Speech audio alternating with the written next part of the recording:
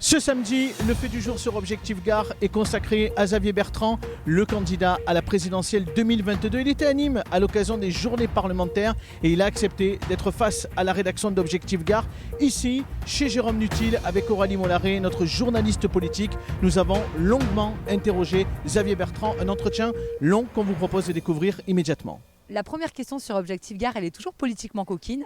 Et ce qu'on voulait vous demander aujourd'hui, c'est est-ce que vous le regrettez d'être parti des Républicains? Non. C'est pas un choix que j'avais pris à la légère. Non. Mais par contre, autant, si je ne m'abuse, vous êtes parti en 2017, vous avez claqué la porte.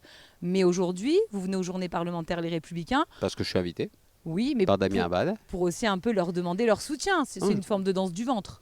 Oh, c'est pas une danse du ventre, pas vraiment le physique pour faire une danse du ventre, on va dire les choses telles qu'elles sont. Non, mais c'est ma famille politique. Je suis plus dans aucun parti. J'en ai pas créé, j'en ai pas rejoint.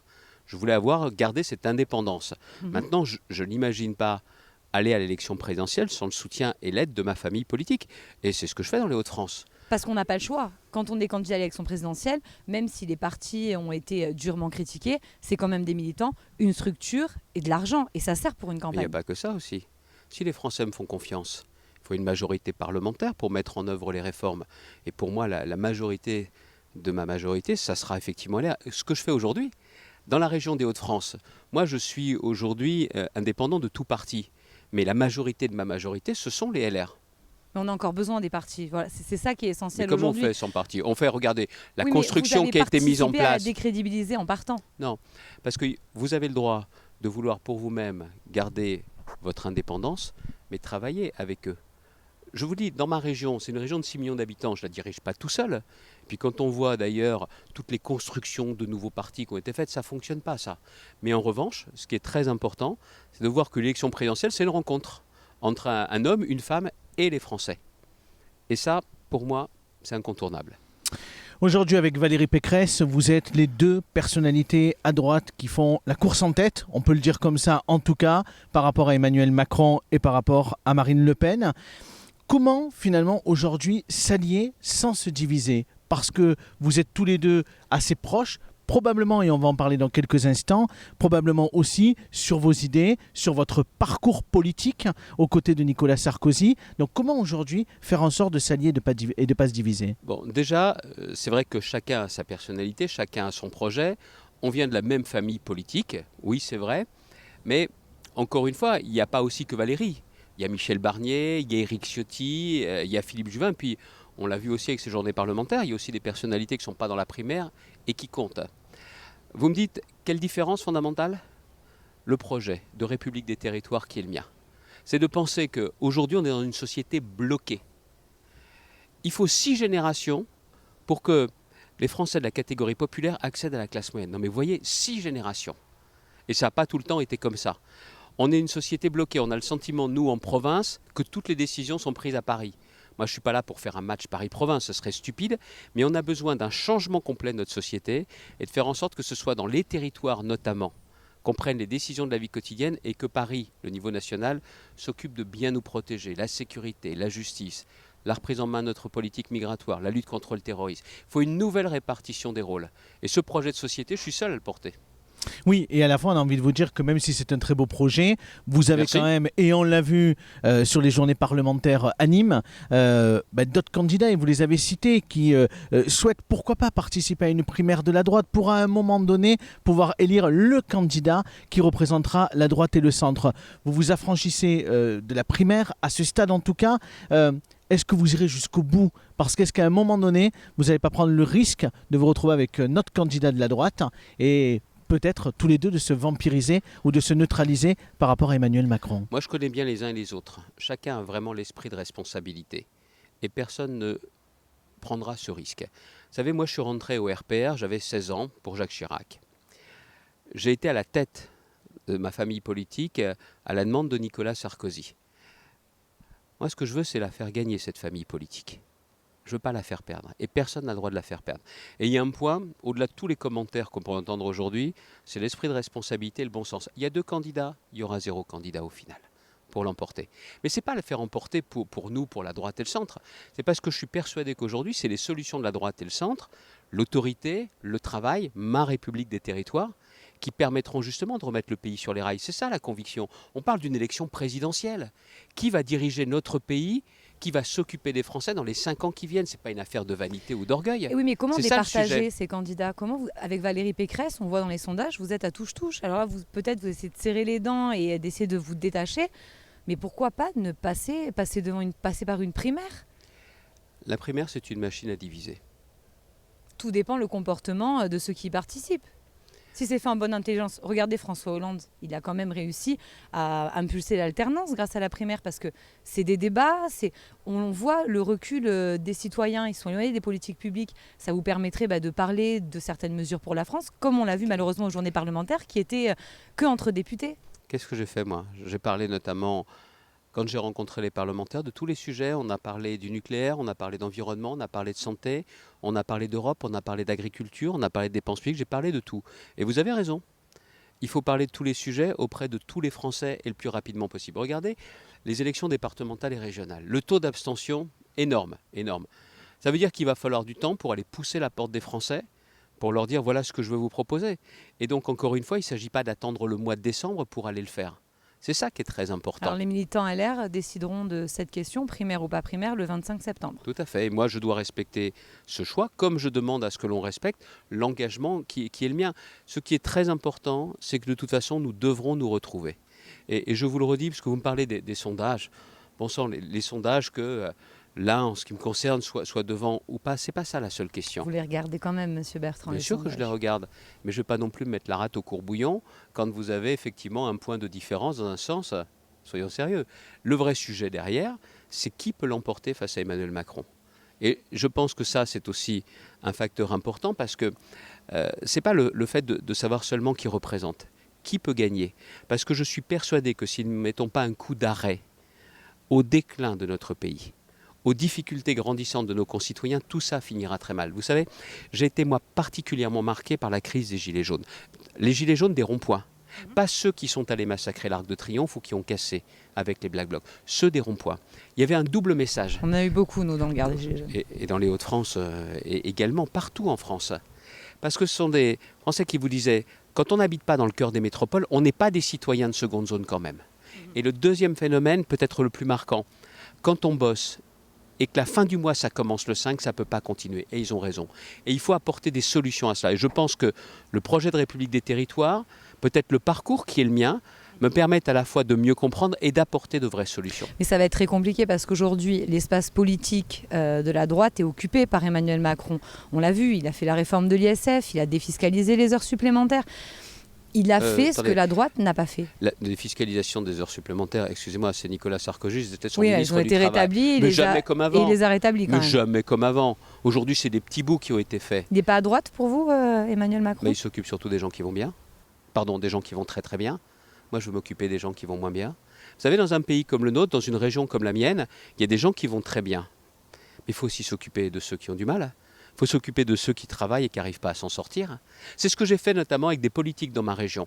Celui qui travaille, qui ne gagne pas beaucoup et qui prend sa voiture pour aller travailler, je l'aide pour prendre en charge une partie de son carburant. Parce qu'il y en a marre des discours. Il faut des résultats. Et ce que j'ai fait au niveau régional, je veux le faire au niveau national. Moi, la France des premiers de cordée, ce n'est pas ma France.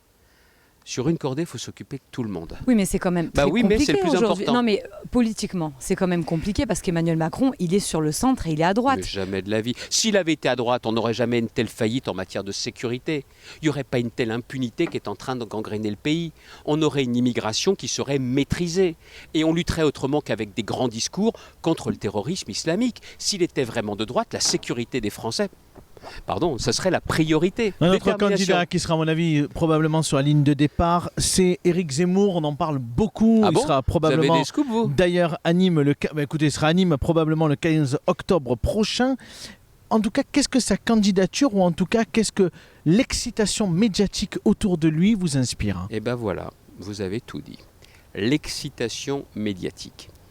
Mais les journalistes là, vous embêtez, vous ennuyez en ce moment ou pas ? Nous, on n'a pas Vous ennuyez l'occasion de parler beaucoup d'Éric Zemmour, mais la preuve, hein, la preuve. Non mais on vous pose là- la question, c'est normal, parce qu'il y a des sujets aujourd'hui, on le voit, y compris dans les médias, qui deviennent des débats, parce que ce sont des idées que met sur la table quel Éric débat Zemmour, et qui aujourd'hui, les débats autour de l'immigration, Mais, autour qui des... a attendu quelqu'un pour savoir que c'était l'un des problèmes numéro 1 qu'il nous fallait régler? Non mais si je vous dis ça, un peu en vous taquinant, mais c'est parce que il nous faut chaque semaine, dans le monde médiatique, un nouveau sujet, un nouveau candidat. On ne sait pas s'il ira jusqu'au bout, il n'a rien déclaré, qu'on est déjà en train, aujourd'hui, d'en parler. Moi, j'ai indiqué depuis le mois de mars que j'étais candidat à cette élection présidentielle. C'est d'ailleurs la raison pour laquelle vous m'interrogez et je vous en remercie. Mais derrière, les sondeurs, les commentateurs et autres... Il y a un processus de candidature quand même. Il sort en livre dans quelques jours. Il a d'ailleurs... les meilleures pages ont été diffusées dans la presse hier. Il est écrivain, il est chroniqueur ou il est candidat? Moi, je vais vous dire une chose. Le CSA vient d'intervenir pour dire qu'il fallait décompter son temps de parole. Donc, il y a des signes quand même qui pourraient laisser entendre qu'il sera candidat. À lui de le dire. Et le moment venu, dans ces cas-là, il y aura débat sur ces propositions. Au-delà peut-être de l'aspect d'Éric Zemmour, c'est pas forcément qu'il le soit ou pas, c'est plutôt sur les idées qu'il met sur la table. Vous en pensez quoi? Il n'y a aucun projet de société. Aucun. Et puis, c'est pas le tout de parler d'un problème, il faut y apporter des solutions. On est en matière migratoire, je propose qu'à l'automne 2022, si les Français me font confiance, un référendum pour que chaque année, ce soit le Parlement qui fixe le nombre d'étrangers que nous voulons accepter sur le territoire français en fonction de nos capacités pour les accueillir. Comme Michel Barnier, votre concurrent. Écoutez, ça veut dire une chose, c'est que le rapprochement sera encore plus facile. Je défends cette idée depuis des mois et des mois. Que maintenant ça vienne dans le débat, ça veut donc dire que ces idées ont du sens, puisqu'elles sont reprises, et ça facilitera le rapprochement. À peu près tous les candidats de droite, LR ou affiliés, proposent de changer par référendum la Constitution. Je suis très content, parce que quand j'ai lancé ça au mois de mars, je l'ai répété, j'ai expliqué pourquoi. C'était vous le premier. J'étais le seul à le faire. Maintenant qu'on le soit sur cette logique, ça montre bien qu'entre les différents candidats, il y a de vraies proximités. Et puis qu'au final, j'en suis intimement convaincu, c'est la République des territoires qui marquera un changement radical dans notre façon de faire. On vous a piqué l'idée. La preuve que non, c'est toujours mon idée. Puis ça ne marche pas comme ça, on n'est pas en train de se copier les uns les autres. Bon sang, on parle d'une présidentielle. Non mais on peut le dire d'un ton léger. Mais la question que se posent nos concitoyens, c'est, il veut se présenter, si c'est lui, est-ce que notre vie sera moins difficile ? Est-ce que les problèmes trouveront un règlement ? Ils veulent quoi, les Français ? Les Français veulent des choses très simples. Vivre en paix, et vivre de leur travail. Et les politiques doivent apporter des réponses concrètes, fortes à ça. Alors parlons concret, Valérie Pécresse hier a fait une proposition à l'occasion des journées parlementaires. On voit qu'il y a une inflation et il faut que les salaires augmentent parce que ça risque de devenir compliqué. Pour améliorer en tout cas le pouvoir d'achat, elle propose de baisser de 10% les charges sur les salaires. Qu'est-ce que vous en pensez ? C'est l'idée que je pousse depuis le mois de mars. 10% vous aussi ? C'est même plus loin que ça. Parce que derrière, regardez bien, c'est pas seulement les salaires, Et les indépendants, rappelez-vous encore sur ces ronds-points, ces artisans, ces commerçants, ces femmes seules qui élèvent leurs enfants. Donc on a besoin, et puis même 10%, c'est pas ça qui va changer aussi suffisamment leur vie. Il faut avoir la possibilité de travailler davantage, il faut aussi la possibilité, prenez une aide-soignante, si elle le souhaite, de devenir infirmière. Ouais. On ne peut pas être juste sur un objectif de société, de dire vous allez gagner 10% de plus. Ce n'est pas avec 10% de plus qui sont suffisants pour permettre, quand vous allez avoir des enfants qui veulent faire des études, de pouvoir prendre en charge les frais pour faire des études. Alors pour le coup, ça tombe bien que vous parlez des infirmières, parce que hier, Valérie Pécresse a dit qu'elle voudrait aussi donner la possibilité aux infirmières de devenir médecins généralistes en alternance. Vous en pensez quoi ? C'est aussi votre proposition. C'est un ministre de la Santé qui s'appelait Xavier Bertrand qui a justement ouvert cette voie, notamment pour les infirmières spécialisées. D'accord. Pour terminer sur le volet économique, peut-être un mot effectivement sur vos propositions en termes d'emploi. Qu'est-ce que vous proposez aujourd'hui pour les Français ? Déjà, on est à 7 mois de l'élection présidentielle. Je pense être celui qui ait mis le plus d'idées sur la table. Mais au fur et à mesure de mes rencontres, et notamment de cet été, je vais continuer à être encore plus concret. Parce qu'une élection présidentielle, au bout d'un moment, ce n'est pas seulement des grandes directions, ce n'est pas des grands discours, c'est le plus concret possible. Ce qu'il faut, c'est faire confiance aux entrepreneurs. Vous voulez créer de l'emploi dans le domaine de l'industrie ? Alors dans ces cas-là, il faut majoritairement baisser les impôts de production et faire en sorte qu'en France, ce ne soit pas le parcours du combattant quand on veut implanter une entreprise ou étendre son entreprise. C'est ce que j'ai fait dans ma région, mais c'est ce que je veux faire dans toutes les régions et dans toute la France. Aujourd'hui, vous prenez par exemple, pour un chef d'entreprise, s'implanter, c'est le parcours du combattant. bien, il faut remplacer ça par un tapis rouge. On va être encore plus concret. Vous avez notamment parfois des lois, notamment sur des bâtiments classés. Je veux que notamment que le préfet, en lien avec les élus, puisse déroger à la loi, aux règlements nationaux, pour s'adapter à la réalité du terrain. Ça, c'est du concret et c'est ce qui permettra de créer des emplois plus facilement. Et puis aussi, il faudra aussi baisser les dépenses pour baisser les impôts et les charges. Mais les chefs d'entreprise, ce qu'ils veulent, c'est 1, qu'on leur fasse confiance, 2, qu'on leur fasse gagner du temps, 3, qu'ils trouvent le personnel nécessaire. C'est ça les 3 priorités. Il n'y a pas de mesure miracle, il n'y a pas de baguette magique, mais c'est comme ça qu'on continuera à faire reculer le chômage, avec aussi autre chose. On a aujourd'hui une reprise, on est ici dans un bel établissement de restauration où le chef d'entreprise, il a les pires difficultés à trouver le personnel. C'est cette question-là aussi qu'il faut mettre sur la table. Allez, on parle particulièrement de Nîmes et du Gard avec des réponses concrètes que l'on souhaite voir. Ce que j'ai essayé de faire depuis le début. Tout à fait, mais là on va parler du Gard comme finalement un laboratoire peut-être de la France de demain et sur laquelle vous pourriez avoir des propositions. Alors vous le savez probablement que Nîmes a été en proie à des violences liées au trafic de drogue. On a 2 jeunes qui sont décédés. Quelles sont vos propositions pour éradiquer ce fléau ? Déjà de bien comprendre que la drogue, il ne faudra jamais aller vers la légalisation du cannabis. Jamais. D'autre part, il faut s'attaquer vraiment aux trafiquants. Comme on l'a fait d'ailleurs avec des grands trafics, en s'en prenant à la tête et à tous les réseaux financiers. Et ensuite, pour tous ceux qui sont justement dans cette filière de la drogue, de vraies sanctions. Pas des sanctions avec du sursis quand le code pénal prévoit plus. Et des peines de prison qui soient vraiment effectuées et longues. Et ensuite de perturber ce trafic, matin, midi et soir et la nuit. Gérald Darmanin n'en fait pas suffisamment, le ministre de l'Intérieur aujourd'hui ? Écoutez, vous voyez... Puisqu'il est issu de votre famille aussi. Vous voyez les trafics reculer ? Vous voyez les trafics reculer ? Ils ne cessent de progresser. Et puis on a aussi des accords internationaux à passer, des accords d'extradition avec ceux qui tirent les ficelles dans des pays qui sont à des milliers de kilomètres. Il y a des premiers résultats, il en faut beaucoup, beaucoup plus. Et puis il y a aussi, vous savez, il y a les vendeurs et il y a les consommateurs. Et je reste persuadé notamment qu'avec la récidive, on ne peut pas continuer à se contenter d'amendes. Et puis, est-ce que l'on sait le vrai chiffre ? J'aimerais connaître le vrai chiffre des amendes qui ont été données pour détention, consommation. Combien ont été réellement payées ? Est-ce que vous pensez sincèrement que c'est avec des gesticulations ou des moulinets qu'on pourrait le faire ? Mais ce que vous avez dit sur Nîmes est intéressant. Le président de la République est allé à Marseille l'autre jour en nous disant qu'on allait voir ce qu'on allait voir. Mais il n'y a pas que Marseille. Hein. Juste à côté de Marseille, vous l'avez dit vous-même, il y a d'autres Marseilles. Et il y a d'autres endroits où il faut justement montrer la même détermination et qu'on ait aussi de vrais résultats.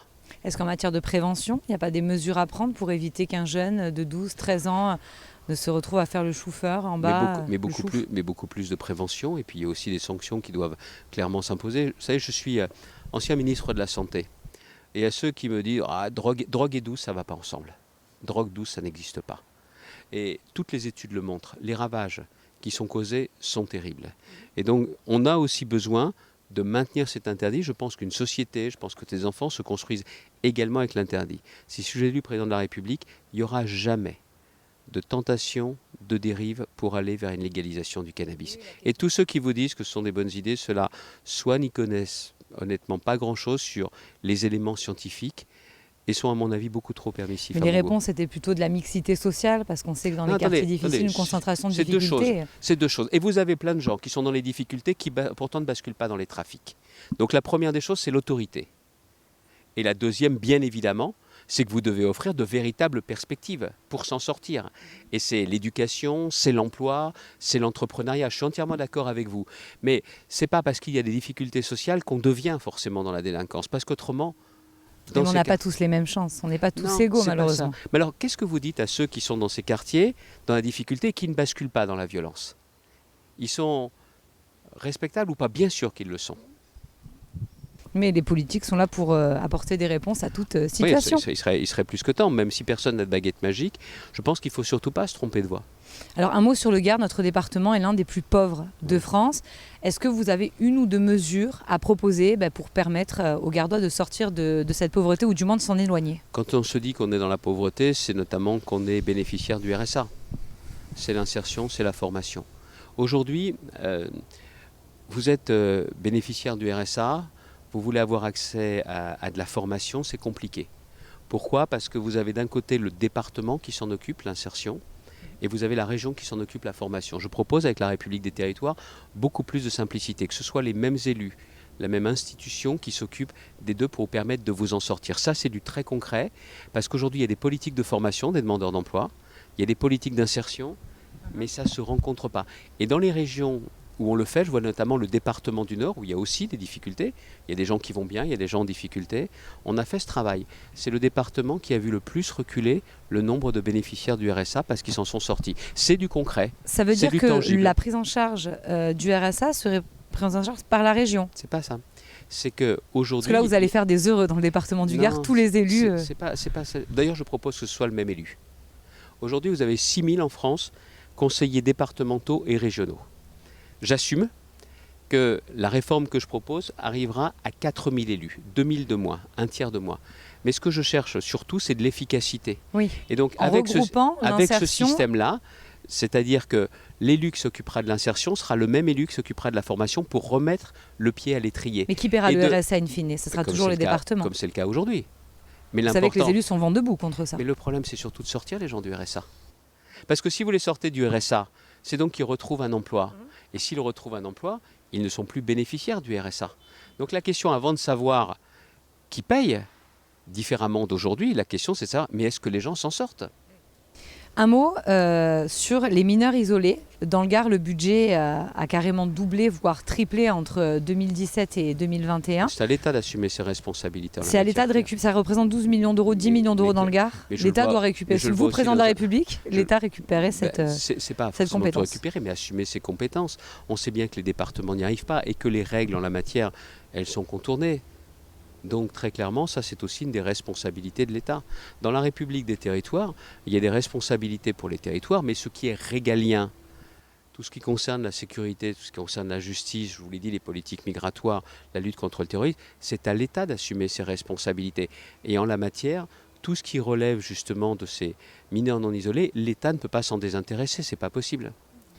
On arrive pratiquement au bout de notre entretien de cet après-midi. Une question, il fait beau aujourd'hui à Nîmes, on est ravis d'être en extérieur avec vous, mais Nîmes souffre quand même régulièrement. Dans les Hauts-de-France, hein. Écoutez, tant mieux, pas tout à fait quand même je pense, mais je voulais en tout voir cas, votre réaction. Chez nous, à Nîmes, il y a des phénomènes de canicule, de sécheresse. Le candidat Bertrand, il propose quoi pour le climat? Attendez. Le sujet là est suffisamment grave pour ne pas penser que c'est pas parce que je vais être élu président de la République qu'on va mettre un terme à quoi? À la sécheresse et aux canicules. Non, excusez-moi. On peut avoir des mesures en tout cas pour accompagner ces phénomènes et éviter effectivement déjà qu'ils prennent des proportions. La première des choses, c'est que ces événements climatiques ont des conséquences à la fois sur le climat mais aussi sur nous-mêmes. C'est les pluies diluviennes, c'est les inondations, c'est les coulées de boue. Et ça, c'est l'un des sujets que je prends à bras-le-corps dans ma région parce que nous ne pouvons pas du jour au lendemain avec une baguette magique intervenir, mais en revanche, on doit faire de la prévention. Parce que les gens ne supportent pas et ne supporteront pas plus de voir l'inaction des pouvoirs publics. Sur des coulées de boue, sur des inondations, il y a des choses à faire. Et les lois qu'on a pu voter par le passé, qui nous empêchent notamment de curer certains cours d'eau, certaines fosses, nous empêchent de protéger les habitations. C'est pareil sur les coulées de boue. Vous pouvez les détourner quand il y a des pluies diluviennes. Et là, ce sont des sujets sur lesquels il faut financer les études et financer les travaux. Pas dans un siècle, pas dans 10 ans. Tout de suite. Mais ça veut dire qu'on ne travaille que sur les conséquences ? Mais je veux juste finir de vous expliquer. Je vous en prie. Personne n'a de baguette magique. Mais en revanche, ce que vous devez faire, c'est donc avoir cette action contre les rejets de carbone dans l'atmosphère. Tout ce qui conditionne aussi le réchauffement climatique. On est d'accord. La France aujourd'hui est l'un des pays considérés comme les plus verts au monde et en Europe. Donc on doit continuer cette action. Ça, c'est important. C'est la question de l'énergie. Et moi, je propose qu'on arrête justement le scandale de l'anarchie du développement éolien et qu'on continue à garder une part du nucléaire plus importante que ce que le gouvernement de M. Macron a prévu. Ça, c'est la première des choses. Deuxièmement, qu'on s'attaque au rejet carbone. C'est l'isolation des bâtiments des particuliers, des bâtiments publics. Ce sont les transports et c'est aussi toute l'industrie, l'hydrogène, le nucléaire. Si on fait ça, la France restera l'un des pays qui prendra le plus en compte cette question du réchauffement climatique. Mais dans les négociations internationales, est-ce que vous pouvez être moteur voilà. Parce qu'elle est là la question. Est-ce que vous serez un président qui sera extrêmement mobilisé sur ces questions? Et je vais vous dire pourquoi. C'est à la fois parce que j'ai conscience que c'est une responsabilité que l'on a, puis je suis père de famille. Le dernier de mes enfants a 3 ans. Quand il aura mon âge, J'ai pas envie qu'ils vivent sur une planète où la température moyenne est de 3 à 4 degrés supérieure à aujourd'hui. Parce qu'on sait ce que ça veut dire. C'est pas qu'il fera un peu plus chaud, c'est que ce sera irrespirable. Donc on a cette responsabilité vis-à-vis d'eux. Mais ça veut dire que dans les négociations internationales, on doit tordre le bras aux pays qui ne veulent pas changer leur comportement. Puis il y a une bonne façon de le faire. C'est la taxe carbone aux frontières de l'Europe. Pas une taxe symbolique, mais une taxe où on dit si vous continuez à produire n'importe comment, dans ces cas-là, vos produits seront taxés et vous ne pourrez pas justement les exporter chez nous. Nous, on ne les importera plus de la même façon parce qu'il y aura des taxes importantes. Et là, ça changera. Et là, ça changera. On aurait dû le faire depuis longtemps. Mais en tout état de cause, moi, ce sera Il faut avoir un petit peu du courage aussi. Parce qu'il oui, y a une question de pouvoir d'achat aussi des Français derrière, ouais. Alors, sur la attendez. capacité à pouvoir acheter ce type de produit. Vous le savez aussi bien que nous, que de nombreux produits viennent de la Chine, par exemple, et qu'aujourd'hui, pour s'acheter un smartphone, pour s'acheter tous les produits d'usage quotidien, ça sera une problématique si les prix augmentent de manière excessive. Je peux ne pas être totalement d'accord avec vous. Il faut peut-être aussi qu'on consomme autrement. On a besoin de céder à la dernière mode de la consommation, là. Ça remplit nos placards, ça vide quoi? Ça vide nos âmes. On est obligé d'aller forcément dans ce sens de l'histoire. On ne peut pas consommer localement. Vous mangez des fraises de saison, très bien. Et quand c'est hors saison, vous êtes obligé de les faire venir de l'autre bout de la planète, là? Est-ce qu'on est obligé de le faire? Et si c'est hors saison et que ça vient de l'autre bout de la planète, moi, ça ne me dérange pas. Enfin, ça me dérange pas. Je proposerais justement que ce soit taxé. Par contre, de saison, des produits locaux, aucun problème. Mais pour le reste, il faut aussi qu'on change nos habitudes. C'est à mon avis davantage avec, par exemple, la grande distribution que le consommateur lambda qu'il va falloir négocier. Ah non, c'est tout le monde. Pour que ces produits ne soient pas sur les étals. Oui, mais les habitudes... Ça évitera que les gens les achètent. Oui, d'accord. Enfin, c'est pas le serpent qui va se mordre la queue. Il faut aussi qu'on change nos comportements. Bien sûr. Des fraises en saison, je ne vois pas pourquoi, justement, ce serait taxé. Par contre, hors saison qui viennent de l'autre bout de la planète, là, je suis désolé. Non seulement ça ne me dérange pas, mais je pense que ça vaut la peine que ce sujet soit mis sur la table. Parce qu'on est capable de changer nos comportements. Regardez dans notre rapport à l'eau, on a changé nos comportements. Regardez par rapport aux déchets, on trie beaucoup plus, on a ce réflexe, et nos enfants quasiment encore plus que nous. On est capable de faire évoluer ces comportements.